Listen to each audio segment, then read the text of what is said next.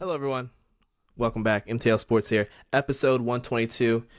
We got a very, very jam-packed episode. Not only are we doing Week 7 NFL Picks of the Week, but we also got to do our NBA previews. We got the Central and Southeast Division.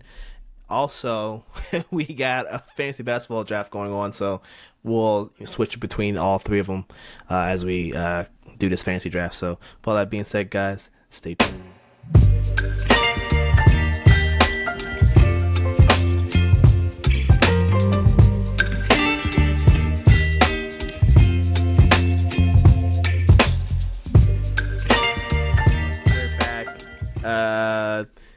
I'm about to honestly pick in the fantasy draft, so let's switch over to there really quickly, guys. But then we'll switch back and forth in between NFL picks of the week. So I don't think last year we did the basketball fantasy draft on podcast. Did we, Lawrence? I don't think so. Okay. Oh well. We're here, back for another year. My first two picks, I got Ant Edwards at number 7. I got Jalen Brunson with my second round pick. Lawrence, who did you get so far?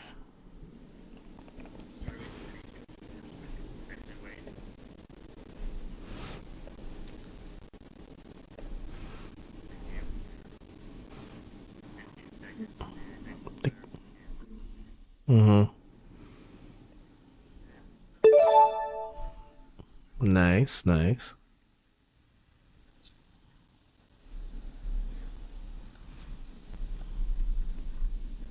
Mm-hmm. So just good assist numbers, good rebound numbers, good scoring numbers, 53 numbers. It's kind of overall just hoping for the best kind of out of him.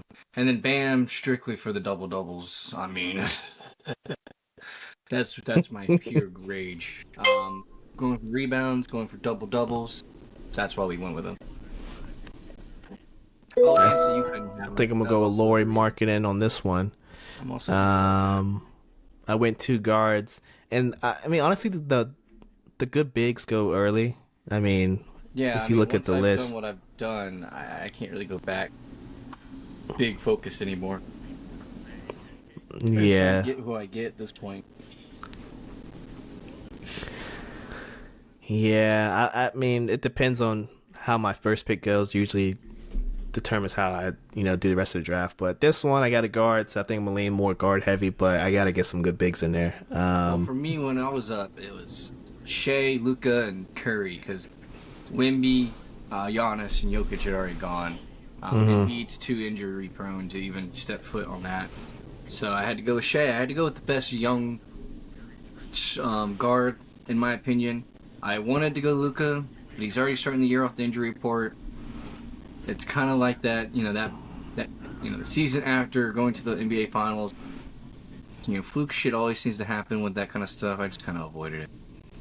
Plus, we think the Yeah, Thunder are going to be a good team to make a push for it as well. So, yeah, this is all true. I guess for the meantime, we can switch back to NFL.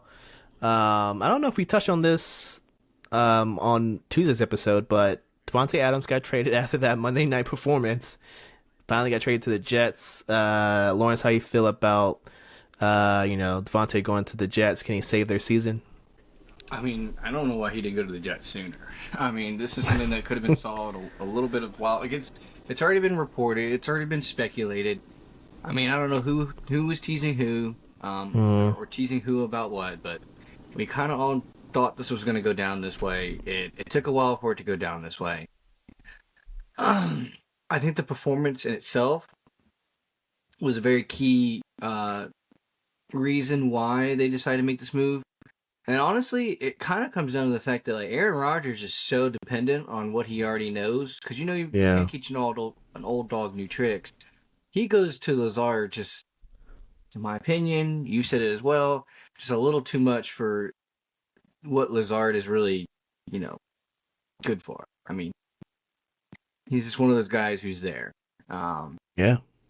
And I kind of just put it at that. I mean, I think that I don't think it's going to cause any problems, because I think they're just going to slide him in and take out Mike Williams, sorry, but Mike Williams has not looked good. And I think that's kind of what the experiment of Mike Williams did not pay off, and they probably trade him out of there soon because he just hasn't looked very good all season.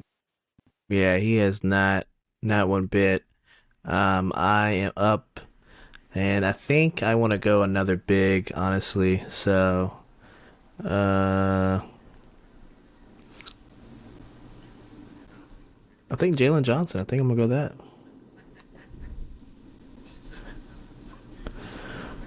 I like it. You're getting a little aggressive. Yeah, I think a good year. I mean, last year he was a double machine. In his breakout year, I think he'll only get better this year. Um, I don't even know if Clint Capella's still there, but if not, Clinton's probably gonna be gone. I mean, he's the only untouchable player, so they're gonna look to just use him more offensively and defensively. We should be able to see how that goes, and then you got back to back picks almost. So, No, I think someone just has my. oh yeah, Josh has your name. Yeah, I don't know why.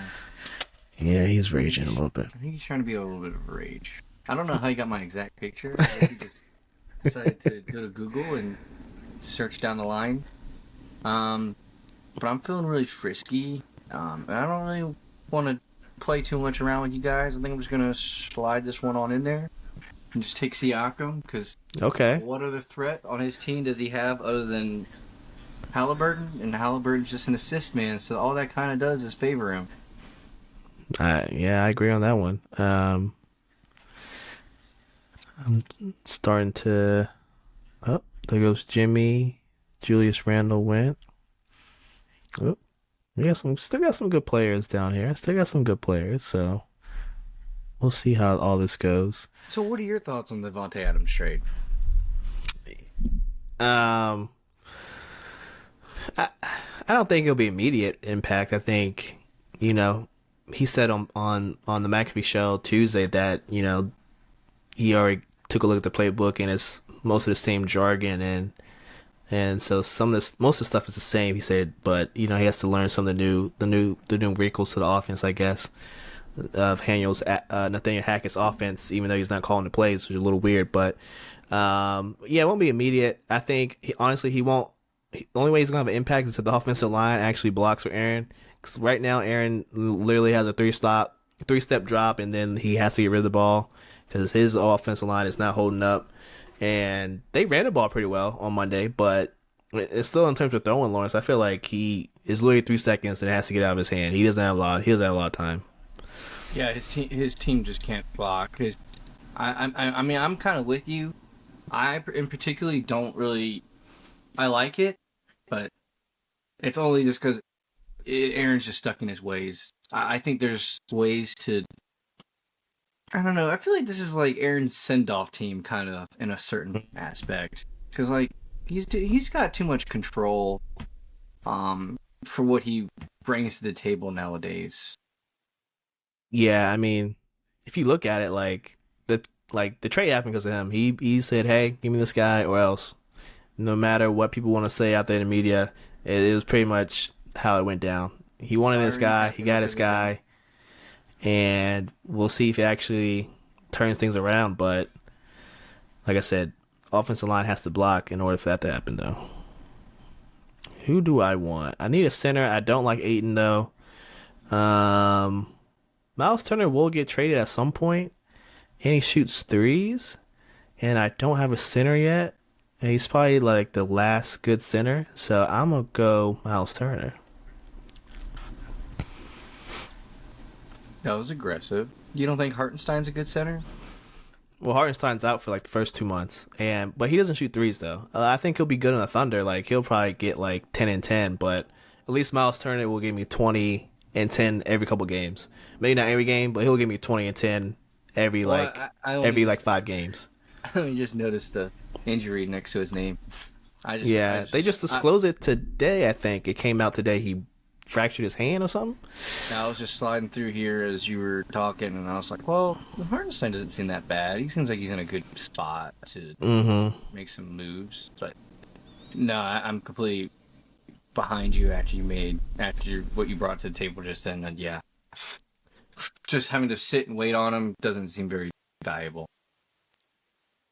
All right, let's switch up to games of the week. My first game of the week, I'll go ahead and say it.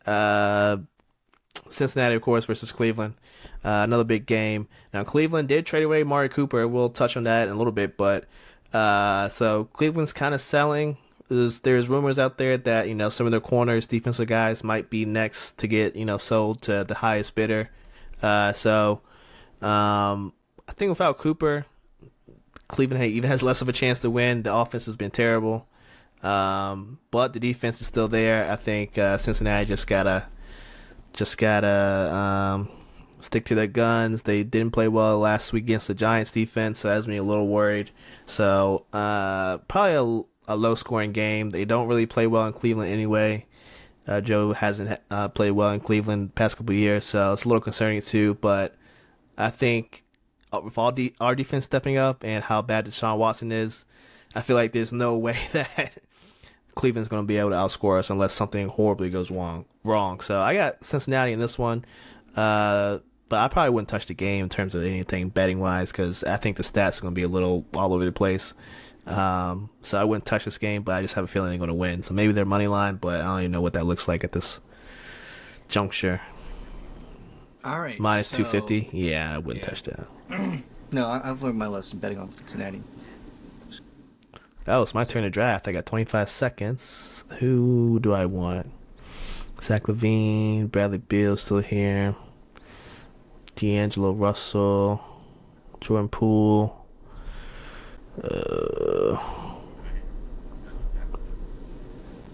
Well, I guess I would say there's a I'm lot gonna of go guys. Cam Thomas. Cam Thomas. It's not where you're supposed to be picked. Saying it's supposed to be 68, so you're about where it's supposed to be. Yeah, I think Cam Thomas pretty much the only guy on his team, so they don't really have any other scoring threat. Maybe Nicky Claxton's a 10 and 10 guy. He's not really a big scorer, and then other than that, they really don't have anyone. Well, maybe Cam, but he's gonna get traded at some point. So Cam Thomas put up big numbers before with people out, so I'm just banking on maybe he can get to 25 a game. That's all I really need him for. Points. That's fair. Now it's really about who's going to be there after my next two picks. Who do I have to make a jump on around this middle based on who I like and who I want to play in my... We got two Chicago players. We got Ayton. I don't really like Ayton. Beal, who's always an injury risk, and that team, the way they share the ball is a little iffy at times. So I don't know. It's kind of. Do you go specialized players or do you just say screw it? I'm just gonna get the best player available. I'm going specialized. I already knew what I was doing. I just needed him to last one more turn. Nice. I went Holiday strictly for the purposes of I know he'll get some points some nights, but he's got two really good guys to get assists from, and he gets steals. So there's going to be some weeks where you just win based on steals, and well, sometimes you got to play dirty like that. Yeah, I agree. Still got some good players down here. So. And then my next pick, if it makes it around, is strictly preference based. I know he'll never make it to my next stop, so I got to take him here. For some of you, you may know what that is. But anywho, if we're moving on for my game of the week, because we do low-key have a long night tonight. Yes, we do. One of my games of the week, and the game I think has some good value to it, was that? You okay, girl? Is the Green Bay and Houston. Now I think this is going to be a low-scoring, kind of defensive game. I think it's your turn to pick if you didn't know. Oh, I do know. You'll see that in a second. But I think Green Bay, Keegan Murray, and I think Houston is going to be a good game. I think it's going to be low scoring. Like I'm talking 20, 27, 2017. So we're talking about mid 40s here, which is about where the line is at. It's a little bit right now. 40s. But Green Bay's a favorite. I think Green Bay will win, just strictly due to the home field advantage. I think the big key to this game is Houston really has only played one really good defense, and that's the Bills, which arguably is kind of like a run-of-the-mill decent defense. Outside of that, I don't think Houston's really played anyone great on the defensive side. I think Green Bay is underrated on defense. You could kind of tell, and Malik Willis was not. Was it Malik Willis? Yeah, was the quarterback. I mean, they're making up for the Green fact Bay. Yeah, they're making up for the fact that he can't throw the ball that well. I just need to put you in good situations, get turnovers, and keep the points low. That's what they did in those games, and they learned how to win those games. So it kind of suits well to this game. It's going to be a low-scoring game. It's going to be a hard-fought game. And I think you just got to edge it out to the home field advantage and the team with the better defense. And the good thing about Green Bay is they have a really good third down defense, which is, listening to some people talk, that's a great way to bet on a team is based on the third down defense and their third down success rates. I don't, and this is me not saying that Houston's bad or anything. I just think Green Bay edges it. okay, fair enough. I'm drafting right now, and I'm torn between Kaminga and Michael Porter Jr. And we're gonna go Michael Porter Jr. I think it's reliable for threes, and I think with no KCP, he's going to step up in the points and just rebound the ball, playing defense. So, and he fits my lack of a power forward. So, we're gonna go with that. My second game of the week. Back to NFL.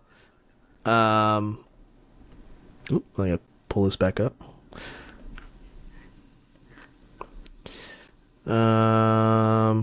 Let's see here.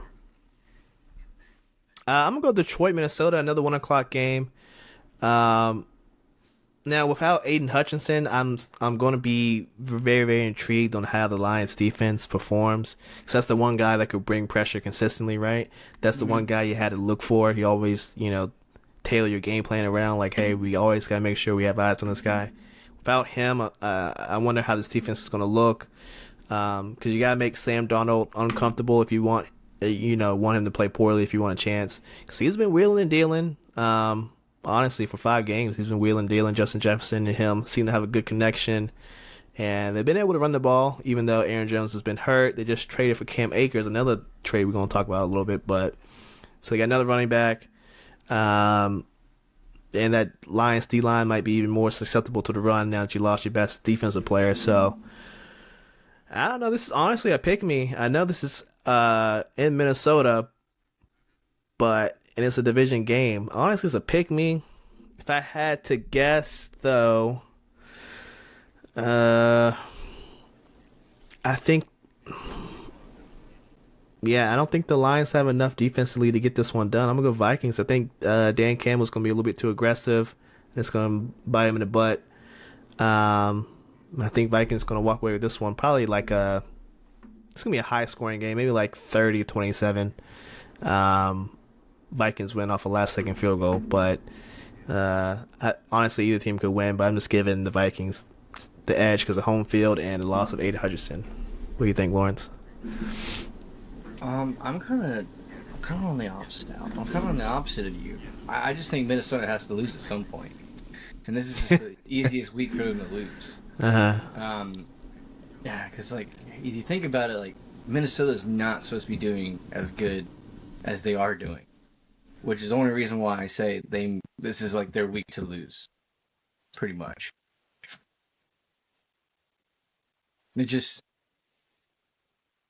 It's like that meme from Breaking Bad where he's like, can't keep getting away with it. But that's just kind of how Minnesota is right now. You can't just keep getting away with winning these games. You kind of almost lost against Green Bay. You almost blew everything, and you were up by at least 20. Yep.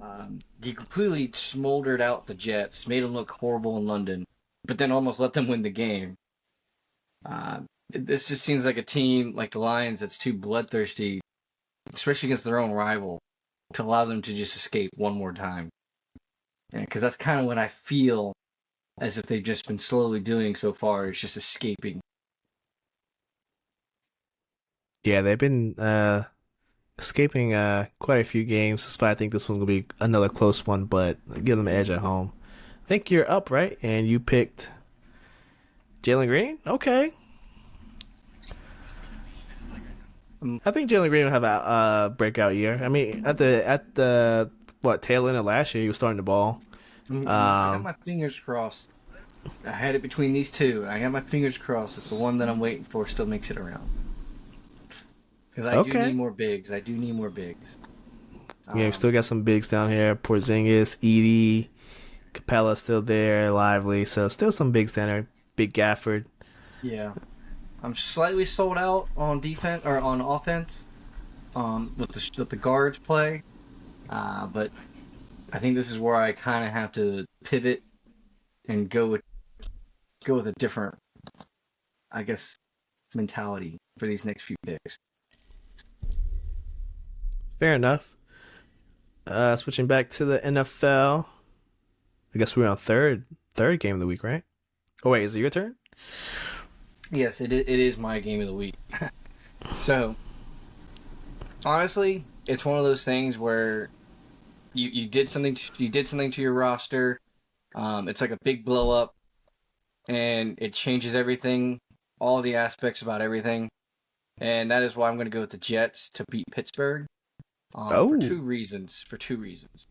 Um, I think the Pittsburgh benching, it's not confirmed yet, but on my fantasy, I have Justin Fields as my backup quarterback, and it has him projected to get a 0.0. And he's not injured, he's not anything, and it's just the rumors that Russell Wilson got first team reps. And knowing this, knowing Pittsburgh, knowing them doing stupid clown shit, eh, they're probably benching him for Russell Wilson. So then what do you want me to do? You want me to actually put faith in Russell Wilson to beat the Jets? Not yeah. really. Do I believe that the Steelers defense will make this game hell for the Jets? Probably. But do I think Aaron Rodgers wins those kind of games with a brand new talent to boost his team? And honestly, all the Pittsburgh Steelers did was give them a curse to bring down their team. So I just think that it goes two different ways for these two teams in this week, and that's why I'm going to go this route because of that. Fair enough. Fair enough. Oh, you got Cal Kuzma. I was definitely going Cal Kuzma. Well, that's why I said I didn't know if he'd make it around. uh, Fair enough. Fair enough. It did also help that you were looking at him, which made me also look at him just a little bit harder. Because I was Yeah, gonna I was go. kind of just like starring a bunch of people. I was like, huh, why is Kyle Kuzma all the way down here? But yeah, I think he might get traded, so that's kind of why I went. yeah, he probably will get traded to a good team too, and maybe his numbers will look even better. Um, I'm up in two picks. Um, let's see. Damon's up next. Let's see where he goes with this one. Um, oh, it's my turn. What the hell? He got Valanciunas. Oh, and someone took Scary Terry. God damn it. Uh, what do I want to do? What do I want to do? What do I want to do? Uh, I'm gonna go Brandon. I'm gonna go Brandon. I feel like you can't go wrong. He's gonna break out here.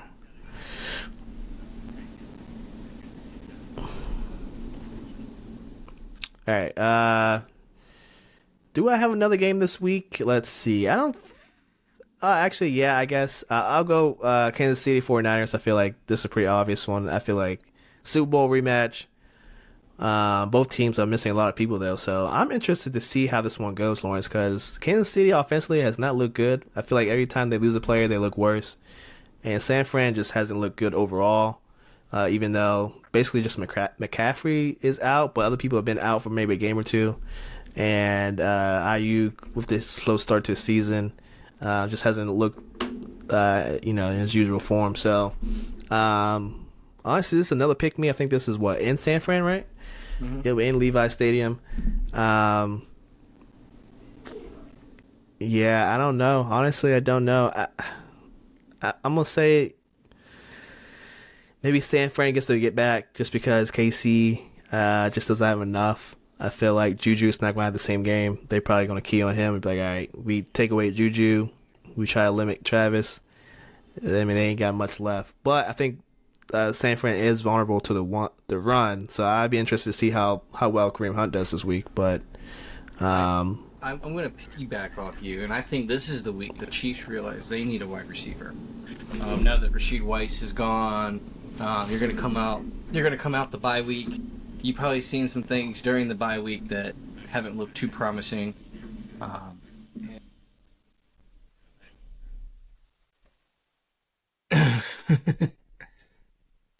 didn't mean to do that. And honestly, the moment Sky Moore drops another ball, yeah, I think it's going to be an Achilles heel for it as well. I think it's going to be in the back of everyone's mind. And the moment he drops one ball, like a gimme, pick me, got to catch you upon a ball, that's when the red card's going to come out and everyone's going to go, yep, got to go, bud.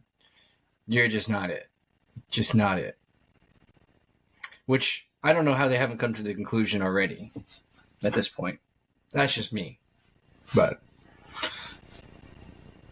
yeah, I think they still think they can take anyone, kind of like Tom Brady and those Patriots. They think they can still take anyone and make them look good, but I feel like you can't really do that against really good teams because they'll just snuff it out, right? So I think 49ers defense, even though they've been exploited a little bit, I still feel like they're good enough to, this will be the game where, all right, Kareem Hunt won't look as well. Juju won't look as well. Like you just said, Sky Moore is going to drop some passes and they're going to cut him. So I think this is that game. And then they're going to be like, all right, we gotta go make a trade. So I wonder who's the guy they're looking for. Maybe D-Hop. Maybe he's the guy that goes next in Tennessee, because Tennessee in that situation's one of the worst, if not the worst situation going on right now. What do you say? I mean, Tennessee easily has pieces to pull from. You got Ridley, you got Hopkins. I mean, there's even other teams like Carolina, like Adam Thielen comes back. You can snipe Adam Thielen. That's a good slot. Open up more down the field to what's the Worthy? It'll help Worthy get open a little bit more. There's got to be others. I mean, honestly, if the Dolphins continue to spiral, old boy might come back. You never know. Might beg him. He's been kind of hinting at it a little bit. I don't know if you've seen it on social media, but he's like just retweeting stuff and liking stuff. Well, you can't see people's likes anymore, but he's like definitely quote tweeting and retweeting stuff, kind of like that. So I feel like he's kind of interested if Tua doesn't come back soon, and they don't. I mean, they're not making the playoffs, but if Tua just comes back, doesn't look like himself, he's probably gonna ass out. You just signed a new deal. So I don't know if the Chiefs will be able to afford that. Probably not. They trade him for a reason. I mean, it's doubtful, but yes, I mean, it's a possibility. I guess. Do you have any more games you want to go over this week? Well, I'll be at the Carolina Commanders game. Nice. My buddy from work is a big Commanders fan, and when we decided to go, I thought it was going to be a little bit more of a game than what it may or may not end up being. If you wanted me to be completely honest with you, I think it's going to be a waxing. I think Washington's going to throw all over them. I think Carolina is going to look bad. I think there's going to be a lot of defensive players that are on, like Luvu and Chin, that are on the Washington, that are going to make plays. I mean, I think one of the guarantees, and people are betting, is Luvu to get a sack. I mean, that one's, personally, in my opinion, is almost a guarantee. And honestly, like, the only other thing I can say is a guarantee is like either like a Deontay Johnson touchdown, because Washington's secondary is bad. Yeah. And honestly, if this game's over-unders at 50, I would take the over. Yeah, I think it's going over. I mean, it should be Yeah, interesting. just put Washington spread with the over. That's a lock. 9.5. Yeah, Carolina's bad. 9.5 is a lot, dear lord. No, Carolina's bad. Not even the Alright. Red Rifle can save that. Yeah, yeah, Red Rifle ain't saving much now these days. So I don't think he's ever saved anything. So that just shows you that. I guess we move on to NBA. We got like I said, fantasy draft. I am picking, so maybe we'll do this. Oh, he got Tyus Jones. God damn it. Who do I need? I feel like I got bigs. Got bigs. I think I'm gonna go Josh Hart. I feel like Mike Conley's just not doing it for me, and none of these other guys are doing it for me either. Yeah, so we're gonna go Josh Hart. Josh Hart. Yes, Boo. I think he'll still put up numbers. All right, NBA teams. Let's go to this Central division. So we got the Bulls, Cavs, Pistons, Pacers, Bucks, and then we get the Southeast: Hawks, Hornets, Heat, Magic, Wiz. Start with the Central. The Bulls. Lonzo came back. I think it was last night. I watched a little bit of that game. He looked good. I think he was 2 of 4 from three. Had like 10 points, maybe a couple assists and rebound, but he looked good. I don't know how much he's going to play with that rotation between him, Giddy, and Kobe White. 'Cause obviously, Kobe White, I mean, he solidified his starting spot last year. He was just letting them fly from three. Um, and they're actively trying to trade Levine, which no team really is in the market for that. So it'll be interesting to see where this team goes. They got a lot of good guards. Like even Ayo is still, I feel like he's a good guard. He could start on a number of teams. And you got Torrey Craig, who's good. So it'll be interesting to see how they look this season. They're definitely a tanking team. Definitely retooling, maybe not rebuilding, but definitely retooling. So I got them. They're not bad enough like the Wiz that they're a shoe in to be in the Cooper Flags sweepstakes, but they're definitely in that late play in spot, maybe 10th, 11th, 12th in that range, and probably hovering around 35 wins, probably around there. How you feel about the Bulls, Lawrence? I don't think the Bulls are that good at all. Oh, I think the Bulls probably at the bottom of the East. I think they get ripped apart. I bet you. I mean, Josh Giddey wasn't anything to start building around. I think it was just a piece to take on because some other team didn't want it. And you need a filler. But this team has like zero depth. It has starting lineup players that they're trying to get rid of, and they got players they should have gotten rid of in the past, and they just haven't. Like Vucevic, like he should have been gone. You might have been able to get something for him if you had done that, but you didn't. So, I like I said, I think the Bulls are bottom of the East, and I truly mean it, very bottom of the East. damn. Damn. I did not expect that one coming. No? Yeah, no. I guess I'm gonna go Norman Powell on this one. Even though I need a point guard, really. Actually, no, let me go Marcus Smart. I need a point guard.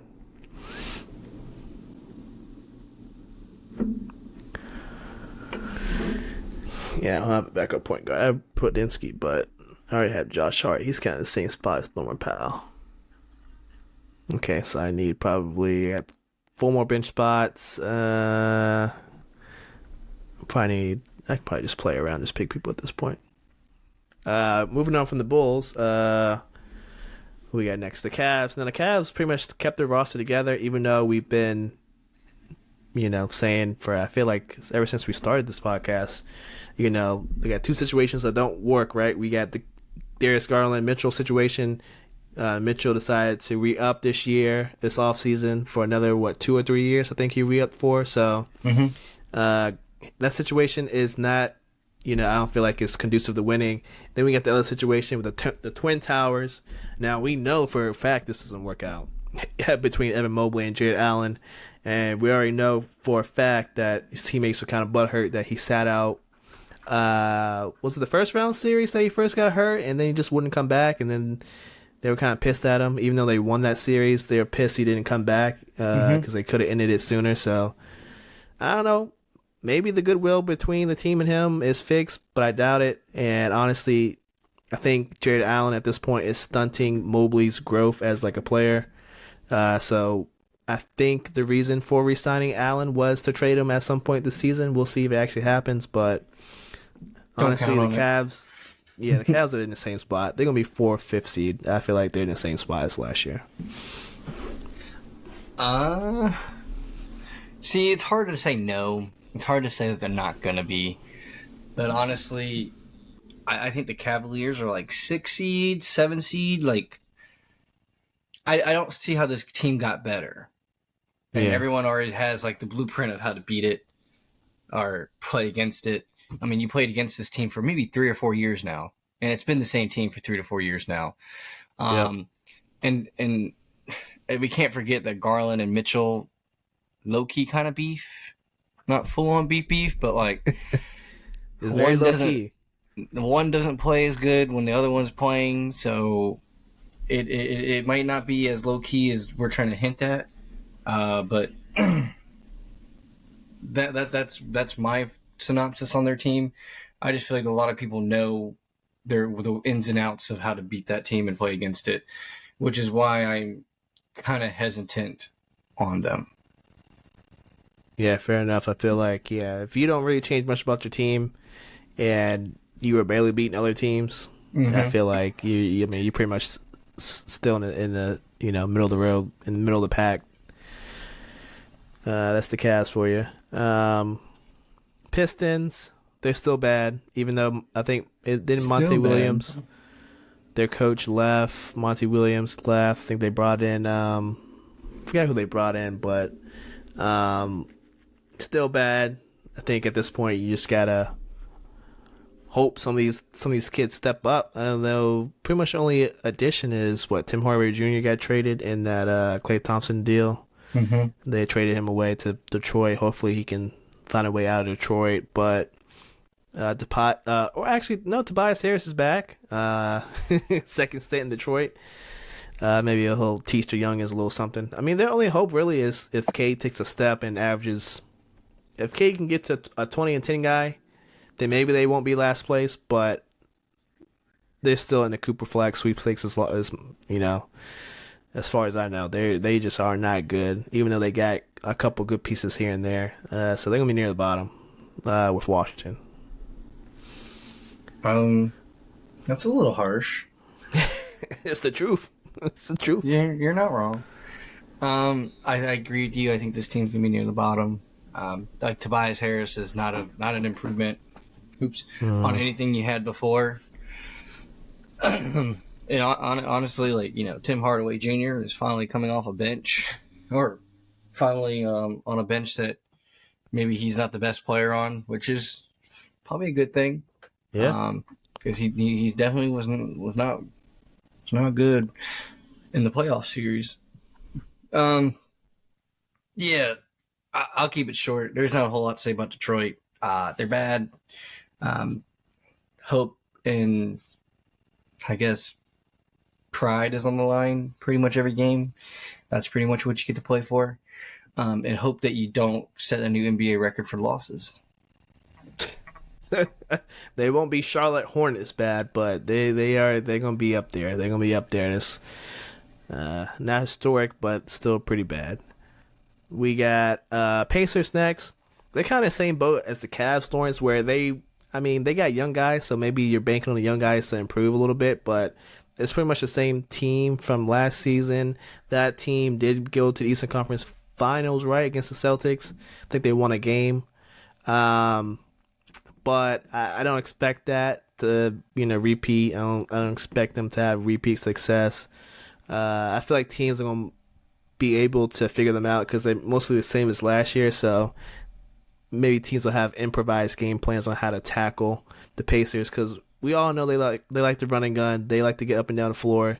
They got a bunch of young cats who can, run a fast break, shoot threes, and then come back on the other end and get stops when needed. Now they're not totally focused on defense, but if they need to get a stop, we've seen them be able to get stops. So maybe Benedict Mathurin coming back healthy, because he was out for a good chunk of last season. Maybe him coming back gives them a spark, but I still see them as that same range as the Cavs, that 4th, 5th, 6th seed. It's going to be a lot of these teams kind of lurking in that space that we're going to talk about tonight. So that's how I feel about the Pacers.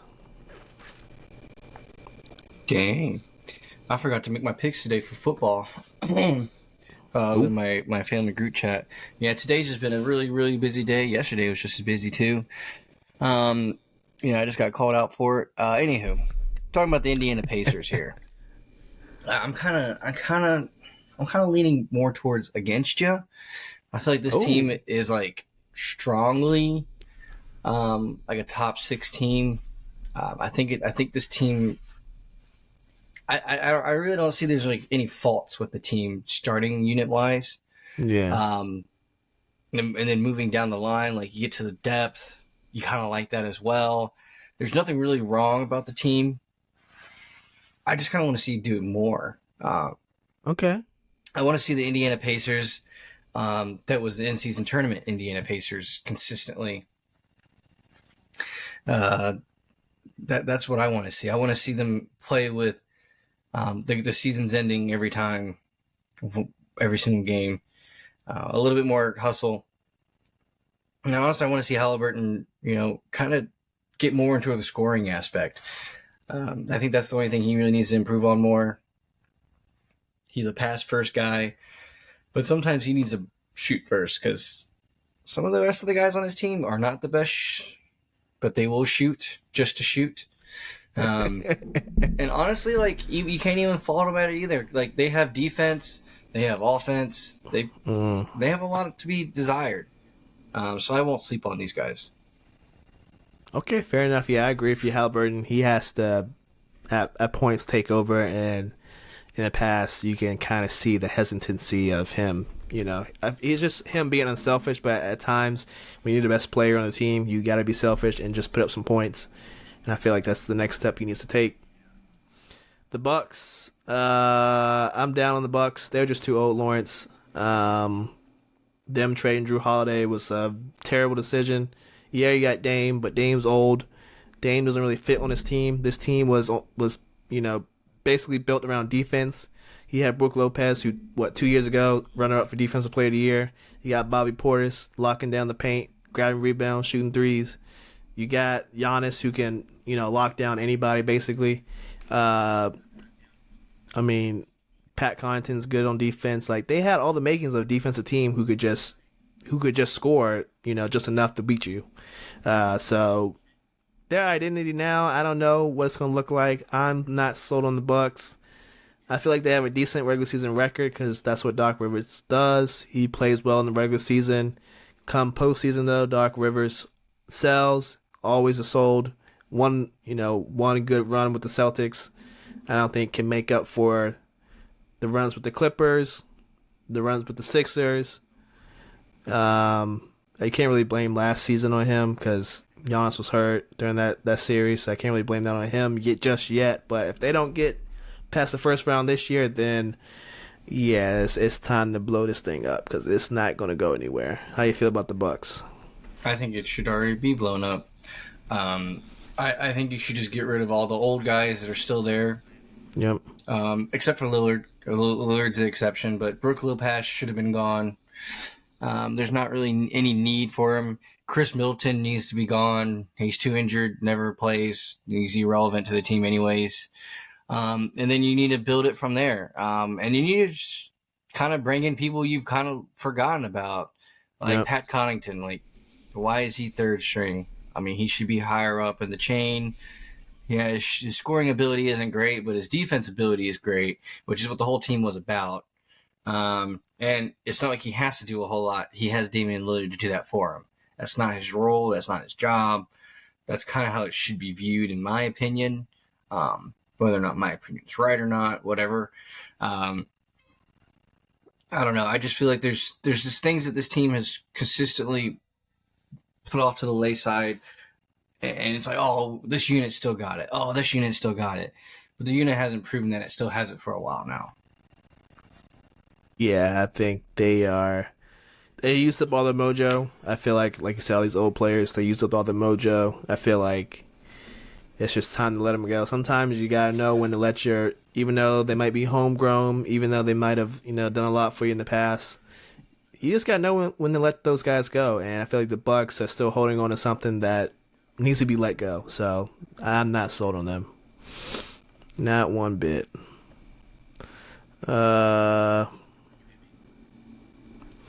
Southeast, thought with the Hawks. Now the Hawks, they're more of a retool. I don't know. I think, obviously the DeJounte Murray and the Trae Young experiment did not work out. I saw that a mile away. You can't have two small guards in the NBA anymore. It doesn't work out.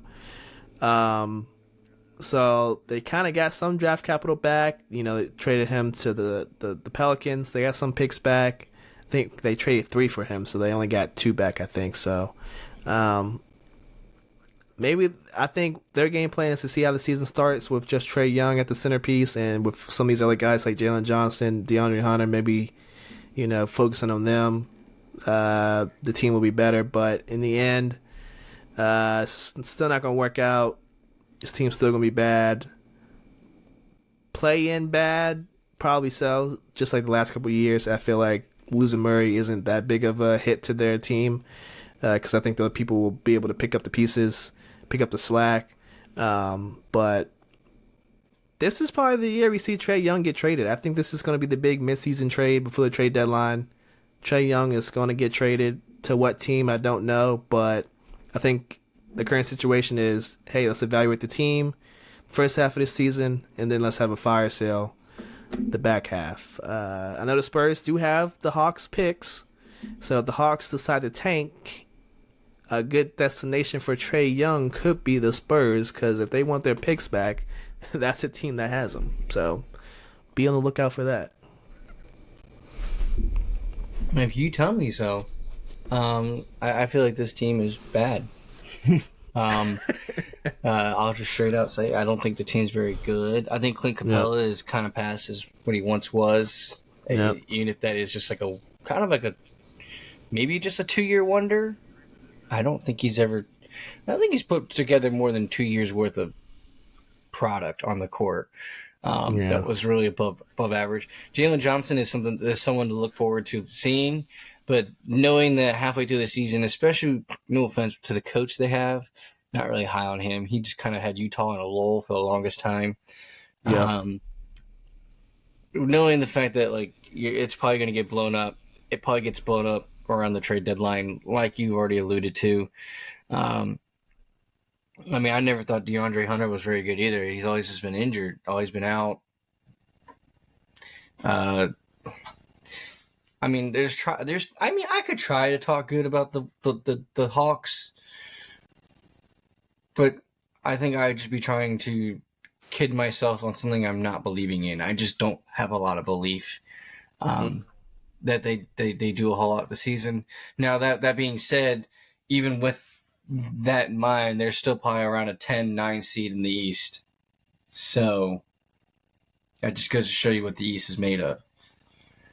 Yeah, East is not looking good this year. So, like I said, even with Trae Young, without Trae Young, they got enough pieces to not be that bad. That bad. I think we got the Hornets up next. Now, the Hornets, another team that didn't really make moves. Now, they were a part of the Klay Thompson to the Mavericks trade, so they were like the third team. So they got Josh Green and a couple of second rounders, I think. So Josh Green's a good player. I like that. They kept Miles Bridges on one of those like Kevin Porter Jr. type contracts where they can cut him at any time, because I think after this year his contract isn't guaranteed, so he has to be on his best behavior if he wants to stay there. Grant Williams is still there. He had them playing well for a little bit, and then they went back to being bad. Trey Mann, Cody Martin, Caleb Martin's brother. The biggest thing, I'm not going to ramble too much, the biggest thing with them is LaMelo's health. If LaMelo can stay healthy, they will be a play-in team because I feel like they have enough in a really bad East to push for a play-in. They're gonna be one of the teams that maybe makes a surprise with the in-season tournament. We say it every year, right? There's gonna be one young team that makes a splash in that tournament, even though it just started last year. I think this year it's gonna be the Hornets. I think LaMelo's gonna break down towards the end of the season, but early season LaMelo, I think he's gonna ball out, get the Hornets into this in-season tournament, and they're gonna make some noise. I like Grant Williams being on the team, especially in a backup role, Yep. because he's getting a little older. We just need him for the leadership. And you look at it, the team has a lot of depth in leadership. I mean, you got Seth Curry, you'll get points from him. Yep. And then they just got players like you said, they're like an in-season tournament team. They need a big. They need a definite big that can control how the game will move and how it will go. That's something they severely lack. And I wish they would just go away from the Miles Bridges, especially with the things he's done in the past. And even though he came back, the numbers he put up wasn't really worth, sticking your neck out for it. But I like the Brandon Miller. I mean, that's why I drafted him. I think he has a good chance to have a good season. Honestly, I just think the Hornets have a good chance to do it good this season. Being that they're in the East, I think this team has all the ability to be a strong play-in team. Yeah, I agree. I think Brandon Miller had a good year last year. He's gonna have a breakout season this year. Him and LaMelo definitely can share the court together and play off each other. And like I said, watch out for the in-season tournament. They're gonna make some noise. Next up, we got the Heatles. We got my Heatles. We're gonna be a sleeper team, y'all. We're gonna be a sleeper team. I've seen enough. I've seen a bunch of good, not too much bad. Shoot. Where did I go from here? I mean, the only pickup was Alec Burks, really. So, I'm not expecting too much from there. But all the other pieces we got with Rozier being healthy, Hero being healthy for once, Jimmy Butler saying, if old man Pat wants me to play games, I'll play games. So if he's buying in, I'm bought in. Jovic, I think he's going to start the season, but at some point we will see this K Ware and Bam combo. And with Bam shooting threes, the league better watch out. Bam's going to put up 25 and 10. Easy. So I'm pretty high on the Heat. They're going to be they're not a good regular season team. So they're going to be probably a 4th or 5th seed. They're not going to be an 8th seed anymore, but look out for them to make some noise, especially in season tournament, if everyone stays healthy. What do you think, Lawrence? I have no problem with your high hopes on the Heat. I would just hope that you know that it's because you have a little biasy towards them. I still think you have a hero problem. Whether he's starting or coming off a bench, he's still scoring the same. It's not much different, and his liability on defense shows further than his actual output in scoring. When he starts, obviously, if you could push him to the backup role to be a 6-man, but then you're kind of overpaying for a 6-man, so it puts you on a double problem. The fact that Hami Hakaz, is on your second unit, I guess as your 6-man question mark, because you really don't have anyone else. But he doesn't really fit the mold of a 6-man. I mean, he doesn't score relentlessly. That's not what he did in college. He was more of a facilitator, great defensive player. Honestly, you can figure out a way to have Hami go for shooting guard, but then he's kind of wasted in the shooting guard role. Honestly, he should be starting at point guard. And that's what he did all through college. He might be a little oversized in the pros for point guard, but regardless, I think you have a little biasy. But I still believe it's a playoff team. Whether or not they had the same turn on the season like you believe in is there to be seen. Yeah, I'm just being overly optimistic. That'll probably disappoint me as usual. Tevin joined us for a little bit. Tevin, what are your thoughts on the Heat? I can't should either, man. I'm gonna have to take Larry's stance. You a little biased. This team needs star power. I feel like we've talked about this like two or three different occasions over the past couple seasons. Like they are overachieving for what they are, and I give them credit for that. Well coached by Coach Spo. Jimmy Butler is still a dude when he is healthy. And yeah, he's been challenged to play, but at the same time, he could turn around and say, besides Bam, really, who do I have to work with? So if I don't play, I guess that's kind of the problem. Like there is nothing else on the team. It's not like when the Warriors was popping and going to finals and stuff like that. Yes, it's unfair to compare, but it's just like when a team is competing, you don't always need that one guy to play. Like, and this isn't like LeBron with the Cavs. And like, okay, if I let Kyrie play, we might win. We still got Kevin Love. We might pull something out. Or it's like, oh, if Miami and we got Chris Bosh not playing, but then we got Dwayne Wade and then we got LeBron. Or if two of them are out, then we still got, one of the three. So the Heat are just in a really complicated situation, which I think a lot of teams are in the NBA. It's a bunch of mediocre teams, and then the teams that are actually competing just trying to figure out how they can stay relevant enough and get the right matchup to advance. So I mean, look what Minnesota just did with Trey and Cat. Like, it works because they got enough scoring, and it's going to be their MVP one day. It works, but you did help the Knicks, for instance. That needs that kind of length and a guy who can at least score and maybe give you like a double double.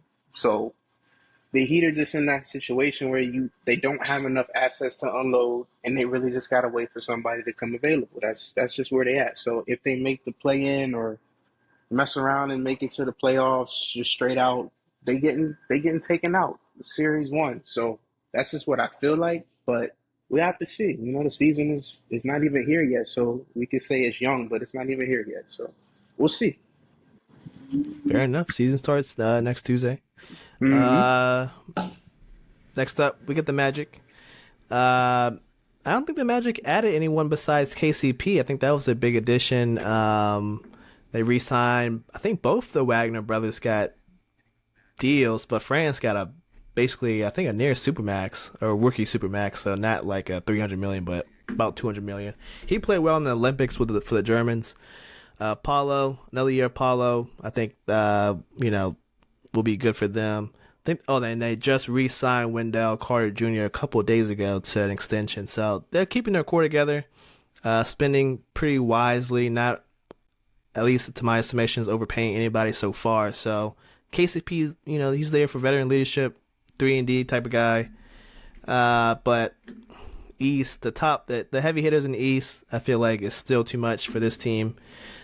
So with that being said, they're gonna probably be in the same spot, more or less. I think they were 4th or 5th last year, so probably the same boat unless something bad happens with injuries or maybe the KCP fit doesn't work. But I don't foresee that happening. So they're probably gonna be the same spot, fighting for that 4th, 5th, or 6th spot. Just a young team growing. Lawrence. No offense to the Magic, but I didn't think the KCP addition fixed the problem you ran into last postseason, which was scoring droughts. I mean, we talked about it. It was scoring. You can just go long periods of time and not score. The fact that the only time you can win is at home, scoring 90 points, but it's because you were at home and just play lockdown defense. Yeah, I feel like in an extent, you can say championship DNA is built playing defense. However, there's an extent to what defense to offense ratio you can have. I mean, you can't have the worst offense in the league, but have the second, third best defense and still predict yourself to win. It doesn't work like that. And no offense to Suggs, but his offensive output's not high enough. Cole Anthony, being point guards and all, your offensive output's just not high enough, especially for your assist to point ratio. I mean, it's one thing when it's Halliburton and you're getting 12 assists minimum is your betting line starting out. We don't care if Halliburton only scores 10 points that night. If he has 15 assists. He made points happen in other aspects. The only problem with this team is they got a lot of pass first guys, and the only one who's not really is Paulo, and he started the last season slow. You got to hope that he doesn't start this season slow. And if you're the Magic, you really don't have time to be starting slow, because you kind of have to be starting. If you're the Magic, you kind of have to start out hot and maintain it till the All-Star break, and hope that you get someone in the trade deadline, like you were just saying before. Who's going to get Trae Young? Like this is it. Like, you need offense, you need a good point guard. You gotta go make it happen. That's your opportunity right there. Did you make a mistake by giving Franz Wagner too much money, and now it's going to be problematic when trying to trade for him? Probably. But maybe you can trade Wagner, and I don't know who else you can give him, and maybe a prayer and a beg, and hope you get him. But I mean, that's the only way you improve, is you gotta move one of the pieces you think is the right fit and get something that's just going to give you points when you're going to go through that drought of points. And it's going to happen. We've seen it, and that's been their downfall the past couple of years. It's not just like a last year thing. I feel like we've been talking about it since we started the podcast. Like, man, Magic are a good young team. They just can't score. And if you can't score in this NBA, you're not going to win too many games. Tevin, any thoughts about the Magic? We tweet everything we were just saying. Like, they've been the young boy team. They've been like almost what if. Like, the Magic just need. And at this point in Paulo's career, it's like, all right, we know he's legit. We know the team is legit enough to make the playoffs. We know, of course, they're a couple pieces away, but like, how good is Paulo? Like, is he good enough to make up for the pieces that they're missing? Well, when you look at the playoffs, and yeah, they're doing these big droughts and not getting buckets. Like, you can't be a superstar and that happens on your watch. You got to get a layup. Somebody got to do something, and he can't play point guard. I don't know. That wasn't really like, I think his best look. Is again, everybody wants to be LeBron until they have that task and realize this is not easy, and that's not your skill set. You put him on the block, you let him bully, you give him space when there's opportunities, and you let him go to work. He's a professional scorer. But I'm not letting Kevin Durant play point for me. That's not how it is. Him and Steph work. Steph could play point, or Draymond even could play the point forward and bring the ball up and handle it and do all those responsibilities and get you set up. Paolo needs someone to consistently, like we've been talking about, set him up and then eat and get everybody else involved and still be able to stay hot when it's time for his shot. So, yeah, like the Magic, of course, they need pieces, but we need to see how good Paolo is and where he's going to take the team by himself. And then we can kind of really evaluate when they, of course, get the team to where he is, So he's a star. Magic is, like we said, almost shoulda, coulda, woulda.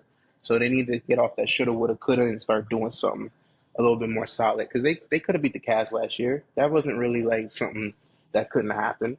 So they have very winnable matchups in the Eastern Conference. They just, like we've been talking about, they just need to take that next step. Paulo needs to take the next step. Yeah, I agree. Couldn't agree more. Next up, last team, the hometown team, the Wiz.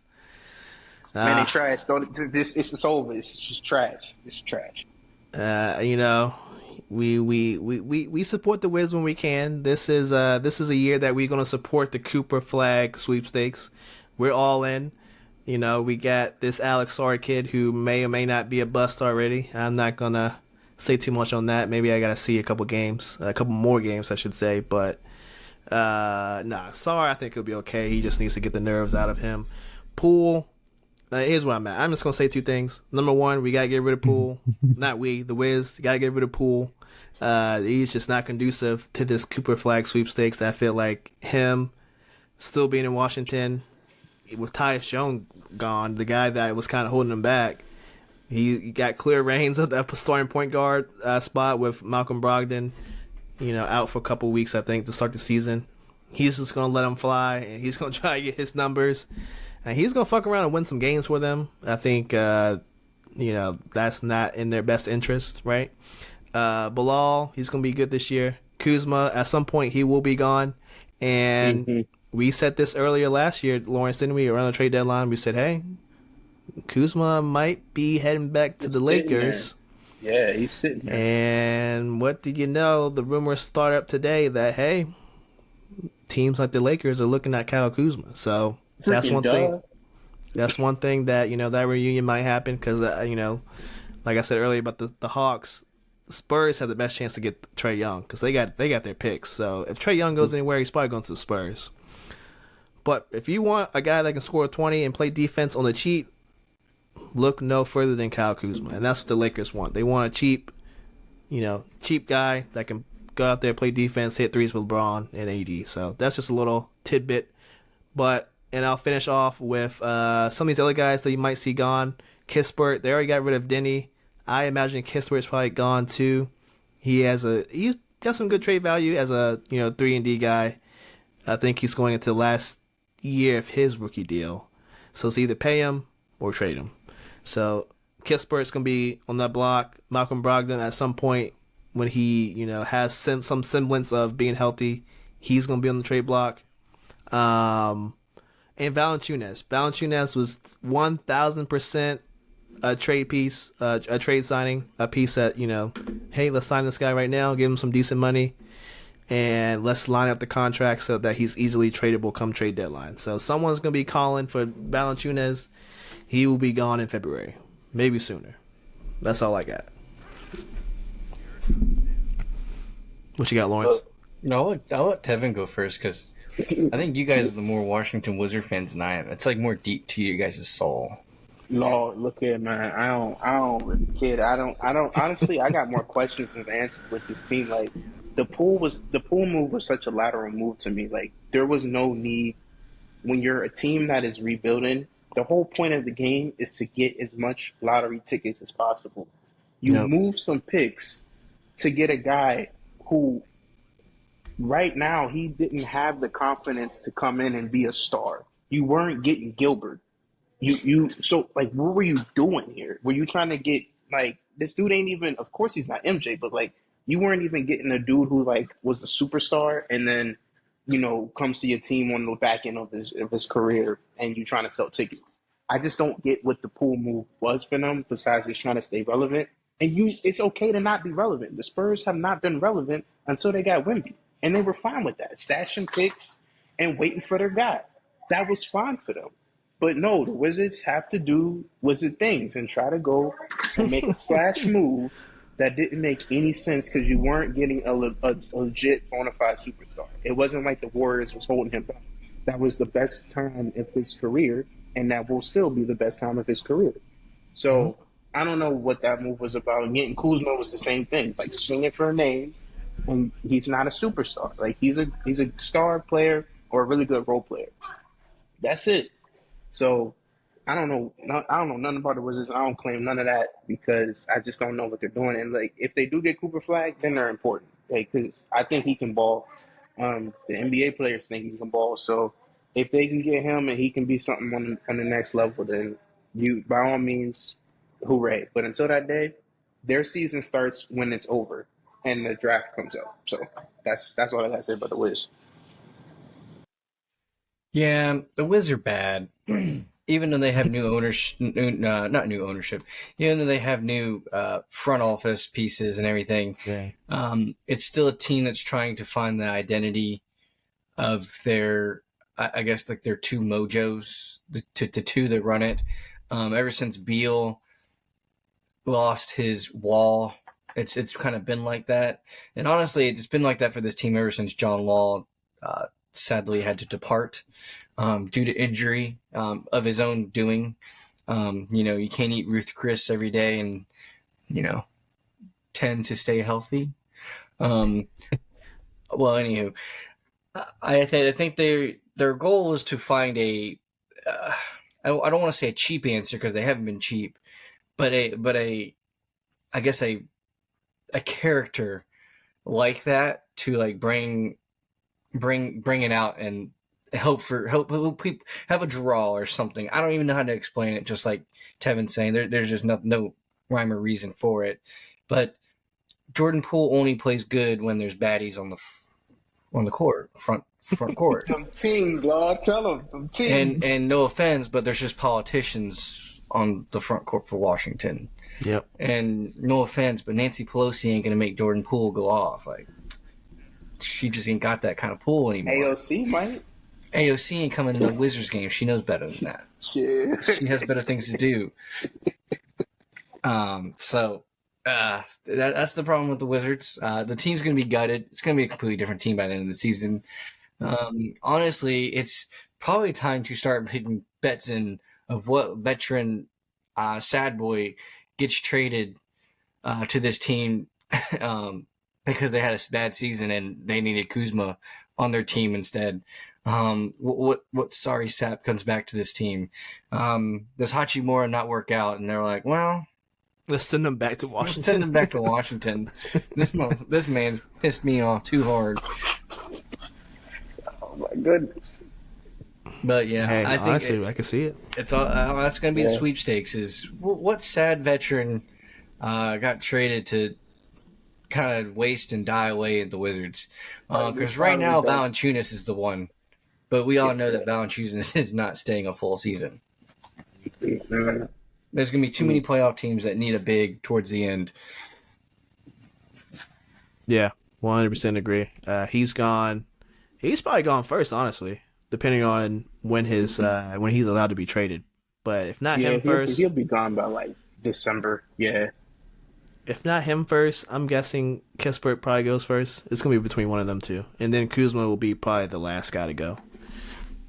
I mean, if you're the Mavericks, I just think that Kispert sitting on the Wizards just has to upset you a little bit. I feel like Kispert is kind of what they need as like a spark plug off their second unit. Yep. I mean, we've already said a little bit when we were talking about Dallas. Like the second unit is just kind of miserable, and it was miserable in the playoffs. But they just need a spark plug, and I don't need you to go crazy. I just need hustle. I just need something. And sometimes Corey Kispert just hustles way too much for his own good, and he gets in his own way. But at least he's trying, and at least he makes it look good when he's out there. And honestly, Corey Kispert is a good player to have around like a Kyrie, because sometimes Kyrie can get a little lull. He can just go through like, oh yeah, let me hang out, let me dribble around too much, let me waste too much time. Kisper's is going to be playing screen. Get open, man. Screen. Okay, I'll hit this three real quick. Yeah. I agree with everything you just said. That's the Wiz, the hometown Wiz, which I do not claim. But, hey, I love going to the games. The food's good. Atmosphere is good. I wouldn't say the atmosphere is good. It's getting better. All right? It's getting better. You're talking about going to a professional basketball game. You're talking about it's ridiculous. It's ridiculous. You really just said the vibes are good. The vibes. I can catch me a vibe real quick. We're going to the Rainforest Cafe. The halftime shows are good. Play. I see LeBron, Steph, KD play once a year. I feel like that's all I need. Somebody right? got to cut through town. At least I know when the Heat come to town, they're going to get a free dub. I wouldn't say that. Yeah. Oh, yeah. You're the one that was just super high on them. Yeah, they tend to lose in Washington, though, for whatever reason. Because, the city be talking, man. The city be the vibes. Like you said, the vibes. Jimmy Butler just likes the vibes. He just likes the vibes. I'm not going to play. The vibes. This is true. All right, well, that's the NBA division preview. We got one more to go over. Northwest, we'll do that on Monday's episode. But Lawrence, anything or Tevin you want to touch up on? I know, Lawrence, you were talking about MMA or UFC on last episode about this card that's coming up. Well, Tevin, do you have any games this weekend that you think for the NFL are going to be some exciting? We don't need winners or anything. We just want exciting games. What are your games to watch? No, of course, everybody's going to talk about Chiefs Niners. That's going to be something to watch. Super Bowl. this battle of mid right now with the Broncos and Saints, it might catch a vibe later, but it might not. Honestly, of course you gotta talk about the Jets because they just got Tay, so that'll be a little interesting for them against the Steelers. And you know, honestly, a couple of divisional games: Giants, Eagles, Bengals, whatever's left of the Browns.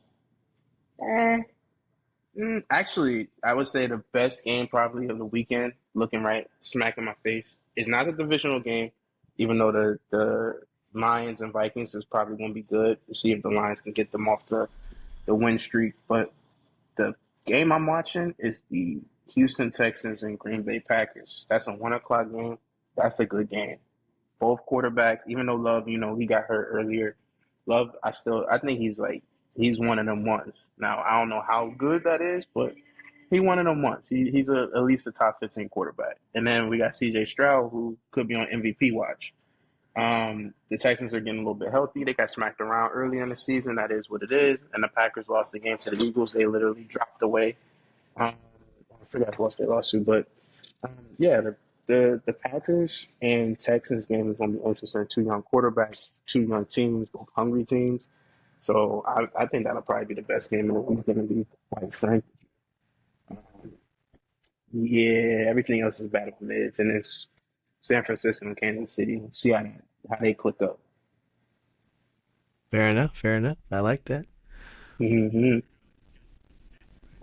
All right, Lawrence, what you got for us? Yeah, I totally called that game. And I'm glad someone else called that game too. Yeah, like you said, I got Green Bay edging it out just purely based on their defense and what that defense has shown it's able and capable of. All right, in terms of MMA, now this weekend, like I said before, isn't the greatest MMA weekend, but I think it's a really fun MMA weekend. I think Pereira versus Hernandez as a main event is low-key underrated. I think Pereira should be the favorite. He's the underdog. So obviously, if I think someone should be the favorite and the underdog, I'm taking him in the parlay. Okay.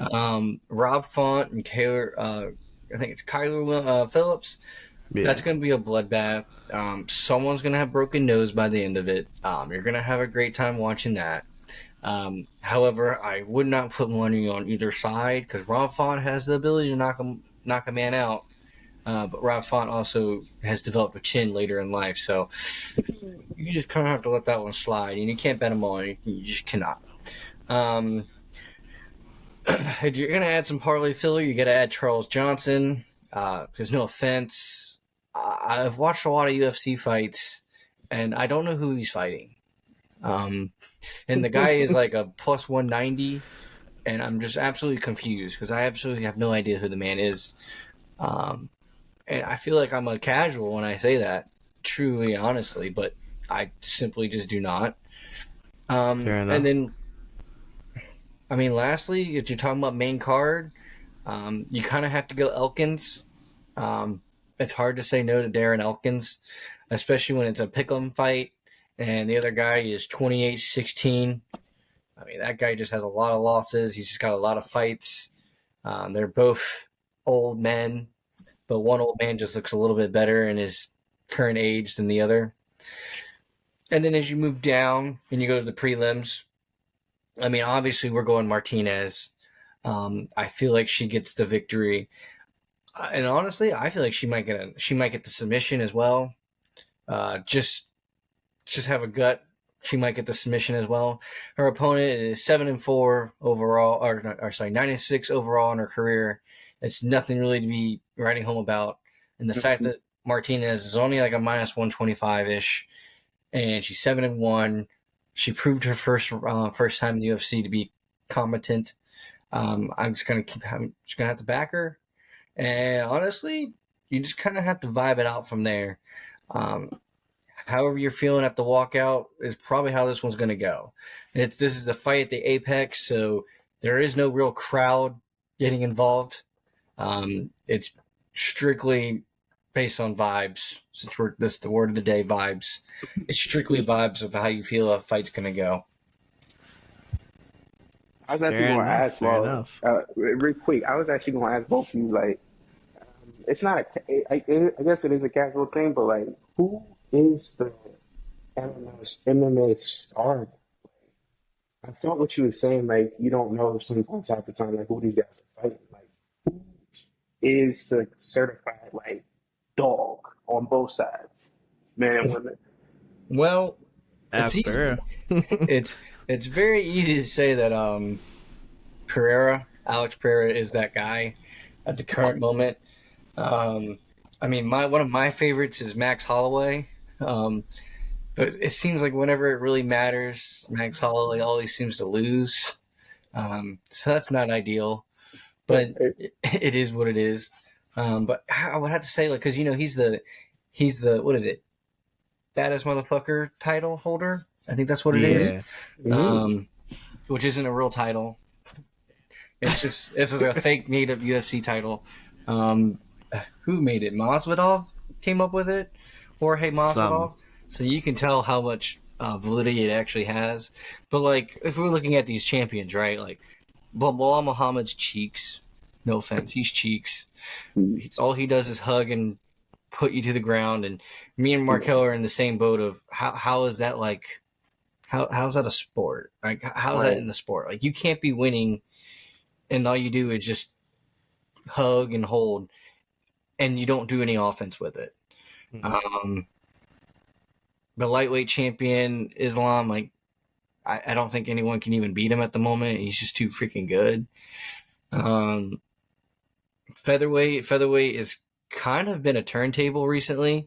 Champion comes in, champion loses. Because Volkanovski's kind of lost his edge. Honestly, that whole group, Volkanovski, Usman, and Adesanya, they were all training partners at one point together, and they all just are a shell of what they used to be. Yeah.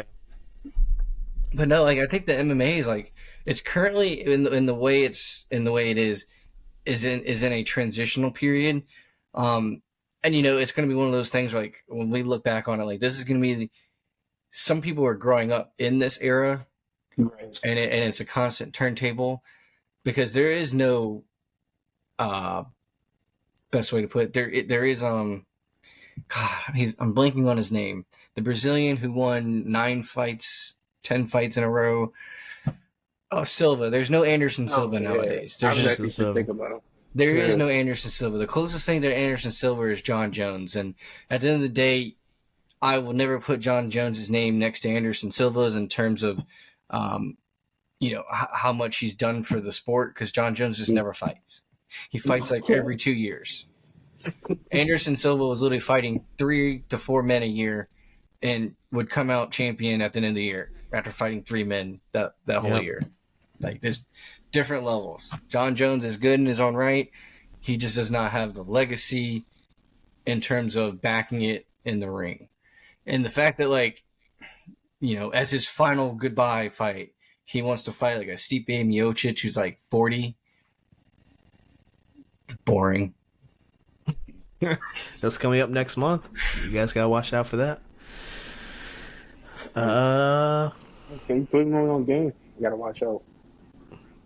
Only other thing I want to go over, a couple of breaking news today. Start in the realm of men's college basketball.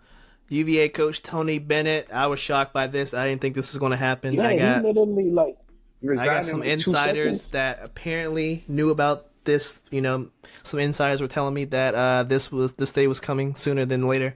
Tony Bennett's retiring. Going to have a press conference tomorrow. Really, I'm from the UVA area. He really took over the town. UVA was bad, very bad at basketball for a very long time after Ralph Sampson, that kind of era, went and gone. But he's up out of there. Any thoughts, fellas? I think you might realize you can't win a title anymore on defense, and his team is just strictly defense. He has no offensive weaponry, and it was probably easier just to cut it before watching it die one more season in front of him. If you want me to be honest with you, his team shouldn't have been in the NCAA tournament last year. They didn't deserve it. It was very clear based on how Seton Hall ran through the NIT. Seton Hall should have been in the NCAA tournament. because I'm pretty confident UVA would have been bounced in the first round of the NIT. Oof. Thoughts, Tevin? I mean, it just came at the last minute, but like that's kind of a way to go, huh, coach? That's kind of the way I feel. He wasn't feeling the vibes, boys. Yeah. So I'm guessing UVA will probably, upgrade one of the associate head coaches to head coach. They'll probably try out. If they do well, they probably get the job. But it was going to come. It was going to happen at some point, from what I'm hearing. But yeah, definitely very interesting. And last but not least, Lawrence, you text me this a little bit later today. Mr. Kawhi Leonard, I called it last episode. He's already out, y'all. He's already out. This man is out indefinitely with knee issues. Now this is what's crazy, right? The guy was going to play Olympics, right? Then he sat out because of his knee. He goes back, rehabs. It's been about 2 months since the Olympics, and dude's out again. Like, come on, bro. He got them Greg Oden knees, man. Is it even the Greg Oldham knees? Because I feel like he just doesn't want to play and he's gotten paid. He definitely got them great ones. Yeah, I think it's a combination of that, Lawrence, and he's about to ask out. He's pulling the Spurs all over again. He's gonna ask out because all you left him with was James Harden, and he was expecting maybe more for Paul George leaving, but that's your ownership group. They ain't want to pay Paul George another year. So what does Kawhi want to do? He's gonna leave town too. He's just gonna do it his way. Any thoughts, fellas?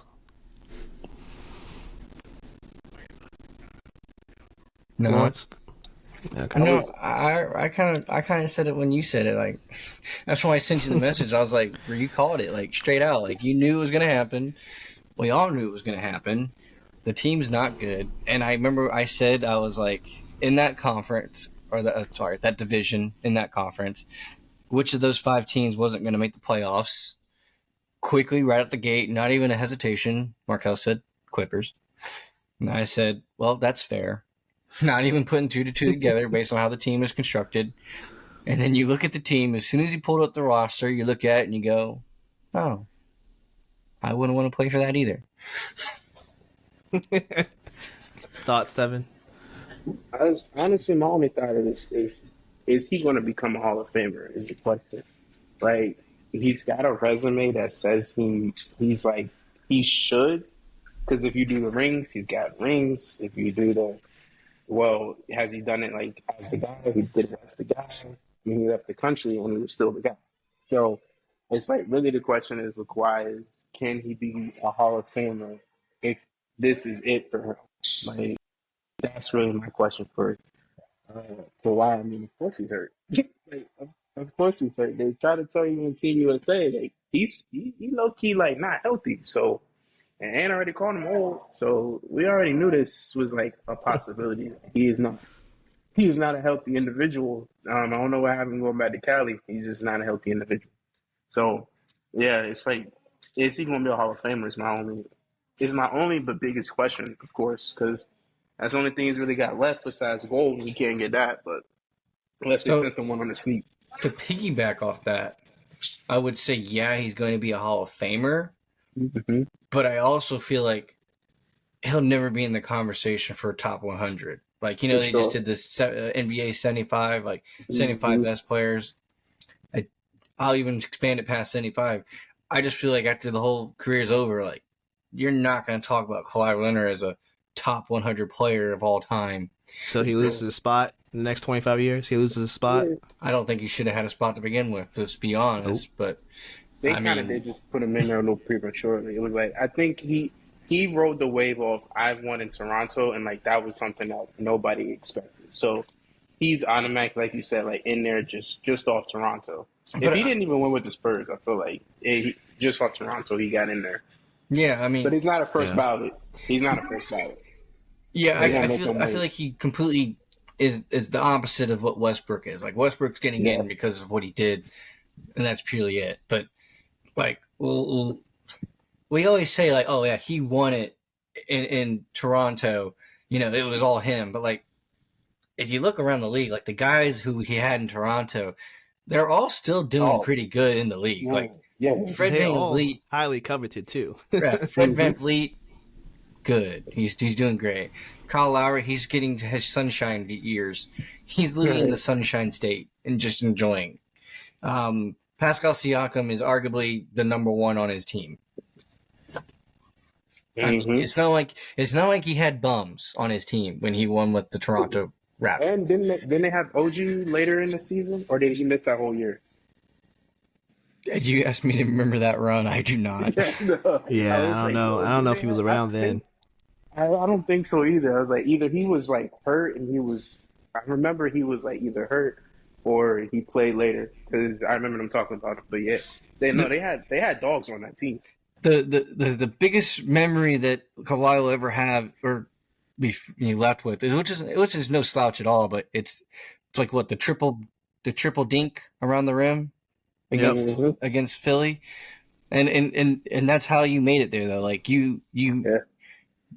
not saying you went on a fluke, but you run on a prayer shot, and you did that 10 more times. You didn't make it any of those times. Yeah. No, I agree.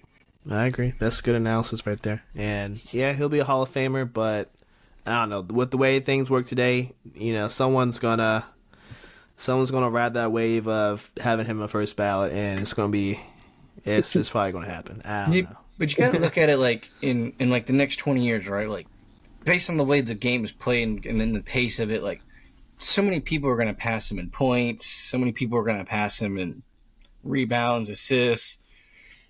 It's just going to make his stats look worse than what they were, and it's because he never played any games. He's just always out. Yeah, I feel you on that one. That's all I wanted to cover. I think that's it for us today. A longer episode, but hey, we got a lot to talk about. Fantasy basketball draft was to start the show. The second year doing that. Hopefully, we can keep doing that in the future. But we're gonna head on out. MTL Sports episode 122. Thank you guys for watching. Thank you guys for listening on Spotify, all that good stuff. And we're going to head on out. Peace.